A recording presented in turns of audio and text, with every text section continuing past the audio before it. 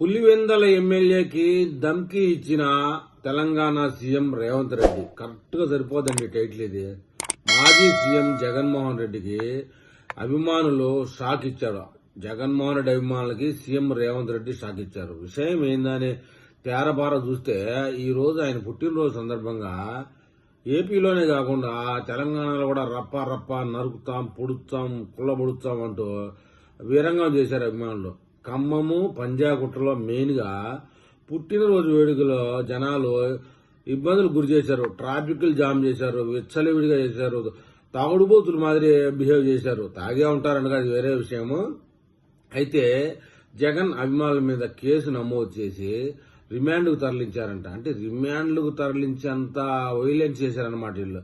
మామూలుగా అయితే ఏదో ఇట్లా పుట్టినరోజుల్లో చిన్న చిన్న అల్లర్లు చేస్తే ఏదో మందలిచ్చి వదిలిపెట్టే రకం కేసులు కొన్ని ఉంటాయి.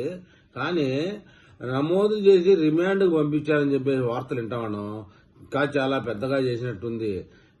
ఇది రేవంత్ రెడ్డి గారు గతంలో చంద్రబాబు నాయుడు విషయంలో కేసీఆర్ ముఖ్యమంత్రిగా ఉన్నప్పుడు చంద్రబాబు నాయుడు విషయంలో చేసినందుకు ఎంత ఇది చేశారో ఇప్పుడు రేవంత్ రెడ్డి మనకు చంద్రబాబు నాయుడికి అనుకూలంగా ఉండే వ్యక్తి, మనం తెలంగాణలో అణిగి మణిగి ఉండాలనే విజ్ఞత లేకుండా ఈ రప్పాగాళ్ళు, గంజాయి బ్యాచి, తాగుడుపోతి ఎదవులు తెలంగాణలో అల్లరి చేస్తే ఊరుకుంటారండి?